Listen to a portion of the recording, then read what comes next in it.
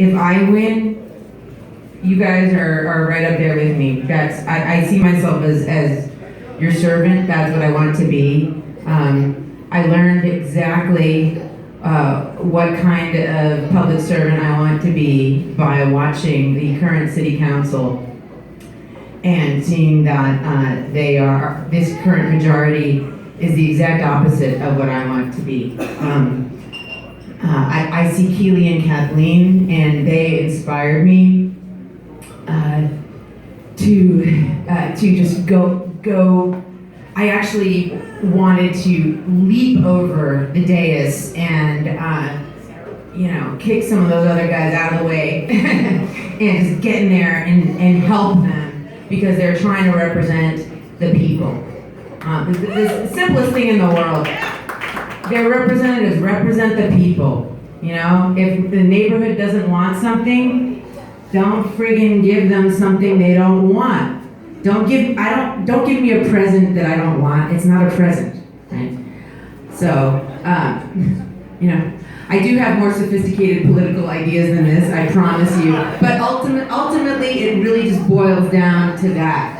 Be humble, represent people, and it's not about you. It's not about me. I tell myself, it's not about me. And in fact, the first event where I had to appear in public and introduce myself to people, I was really embarrassed. I'm not shy at all, as you can tell, but I don't like calling attention to myself.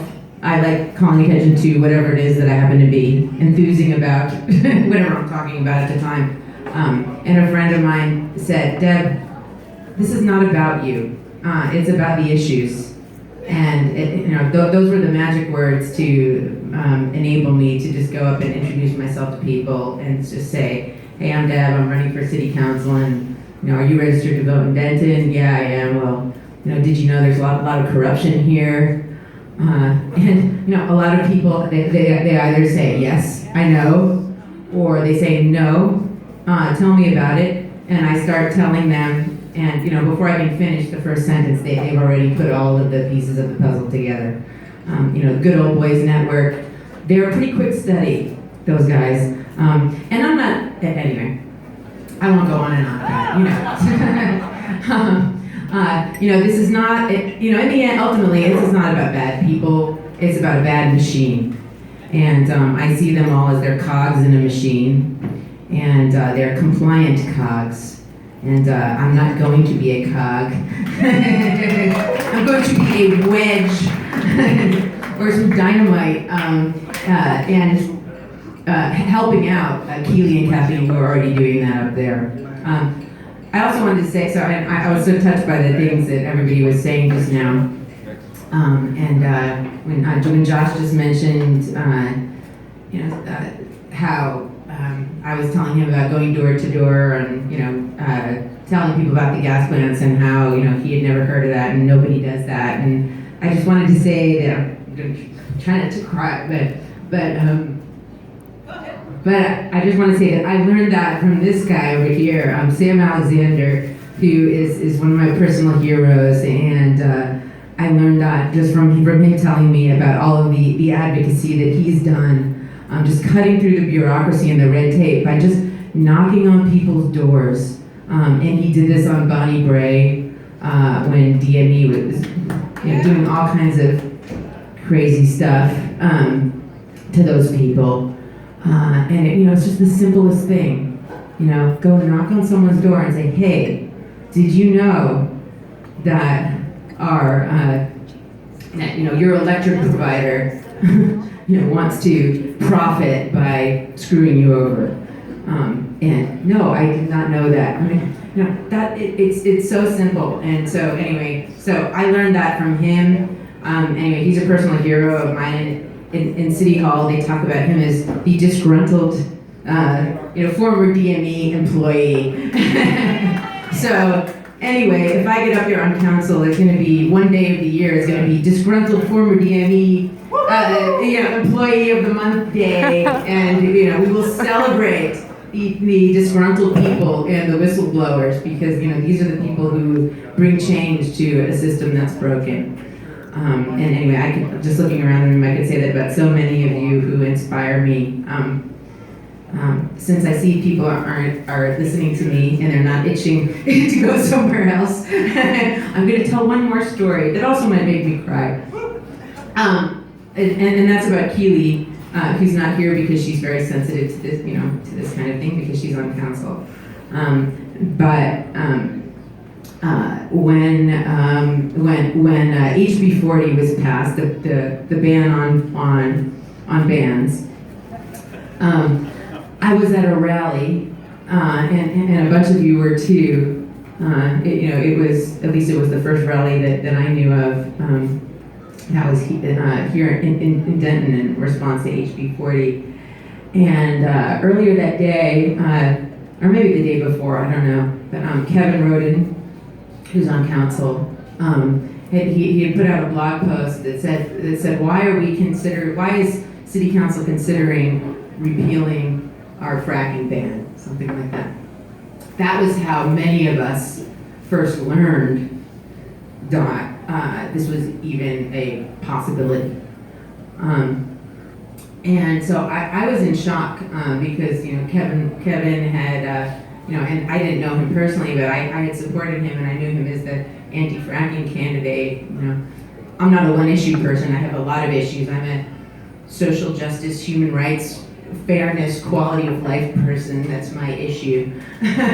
Common sense, So I never really thought of myself as an environmentalist, although I care so deeply about the environment. That's just part of the larger holistic whole.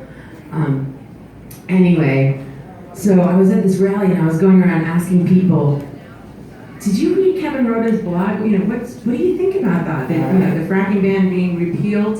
And everybody was telling me, well, Kevin Roden says it's a good idea. I guess it must be a good idea. And then I saw Keely, and I decided if Keely says it's a good idea, then it probably is a good idea, and I'm probably just too dumb, and I don't understand why it's a good idea. So I'm just she's gonna be the final answer for me. And she didn't know that was the role I had put her in. But anyway, so I asked her, and I said, Keely, what's this about repeal? Why I don't understand. Just because we got a motion for some partial summary judgment. I'm looking at the lawyer. Partial summary judgment. Is that what it's called? Yeah. Which as soon as I heard that, I do what I always do is I look stuff up. I like to research things. So a motion for summary judgment, and I think in this case it was a partial summary judgment. So I looked it up. I read all about it. I called a couple lawyer friends, and the city was saying it was such a big deal. But from what I was reading, this was just kind of a standard, expected thing in a lawsuit of this kind. Anyway, and so what Keely said to me, I will never forget. And Keely said, "What does your heart tell you?" And I know that sounds super corny, but it just blew me away because it really never occurred to me that that was the place where I should look for my answer.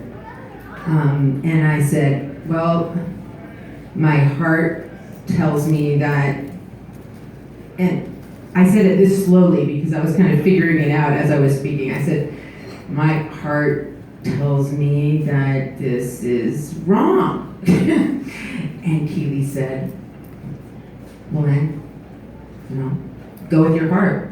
And then she picked up a poster board, and I forget what she wrote on it, but something about like, I'm not gonna back down, and she held it up, and and that was when I knew. It was like one of those emperor has no clothes moments where everybody, even my mom, who I love so much, my mom said to me, Kevin Roden says it's right, so it must be right. And by the way, I hope no one ever says that about me. Deb says it's right, so it must be right. If I'm doing something stupid or bad, please tell me. Thank you. Including right now, I'm getting in the way of the music. So that's how the musicians back up here. Yeah, the magicians back up here. And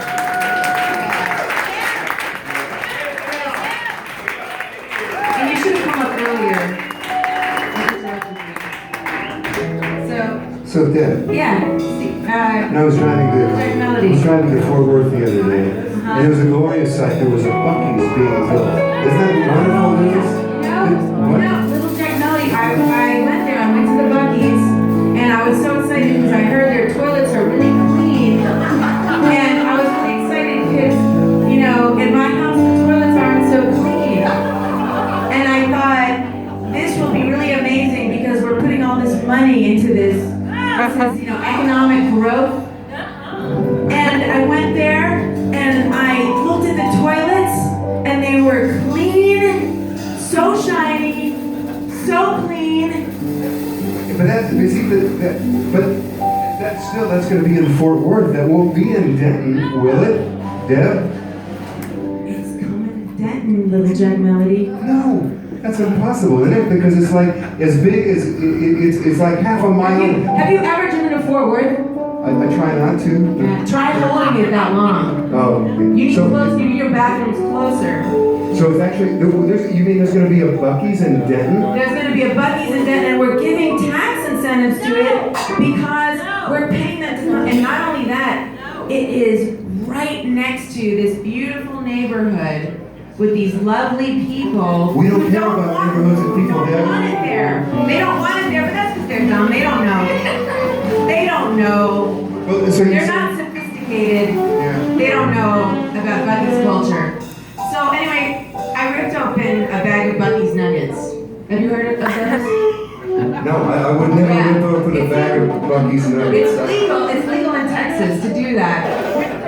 And I did that, and I stared into the bag, and there were like these little turd, like brown beaver things, and I looked at it, and suddenly my whole life flashed in front of me, and I realized that the clean toilets, these little turd nuggets, and all the incentives, and the growth, and the block traffic to the hospital, and the neighbors not wanting it, and I said to myself... Wait a minute, Deb, how did you really feel about that? What did you say to yourself? I said to myself, is that all there is?